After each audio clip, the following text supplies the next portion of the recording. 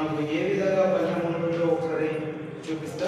తర్వాత నెక్స్ట్ ఈ వాడుకోవడం వల్ల పెస్టిసైడ్ సంబంధించిన ఫర్టిలైజర్ సంబంధించినటువంటి వస్తువులు ఒక 40 నుంచి 45% ప్రొడక్ట్స్ తక్కువగా వాడుకోవచ్చు.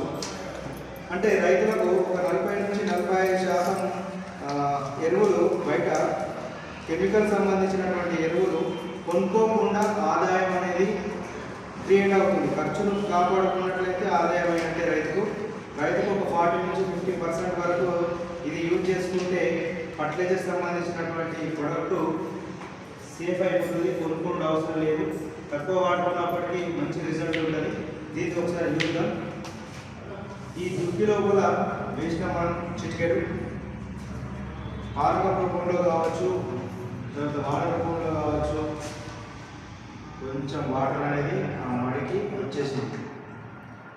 దీని గుణం ఏంటంటే, దీని స్వభావం ఏంటంటే, ఒక చిన్న రవ్వంతో ఉన్న ఈ ఆక్వా జెల్, ఈ చిన్న రవ్వంతో ఉన్న ఆక్వా జెల్ 500% వాటర్ను ఎగ్గుకొని జెల్ రూపంలో మార్చేటువంటి శక్తి దీనికి ఉంటుంది. చూడండి,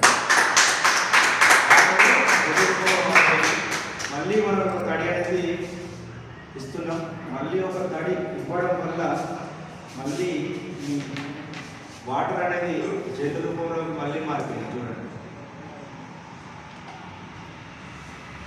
మళ్ళీ జెల్ రూపంలో మారిపోయింది. మనం ఈ విధంగా ఎంత తడి లేదంటే ముసురు పట్టుకొని వాటర్ మొత్తం మడి మొత్తం నిండినప్పటికీ కూడా ఏం జరుగుతుందంటే మళ్ళీ జెల్ రూపంలో మారిపోతుంది. అంతే. మట్టి గుల్లబారితనం ఉంటుంది. తర్వాత ఫర్టిలైజర్స్ 40% వరకు వాడుకోవడం తగ్గించుకోవచ్చు, ఖర్చులు తప్పించుకోవచ్చు. తర్వాత నెక్స్ట్ దిగుబడి కూడా అంతే స్థాయిలో ఉంటుంది. పసుపు కావచ్చు, క్యారెట్ కావచ్చు, బీట్రూట్ కావచ్చు, పల్లి కావచ్చు, ఇట్లా.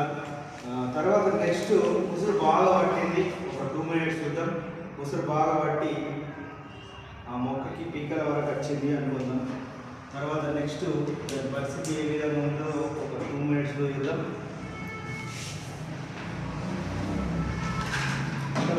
ఒక స్థాయిలో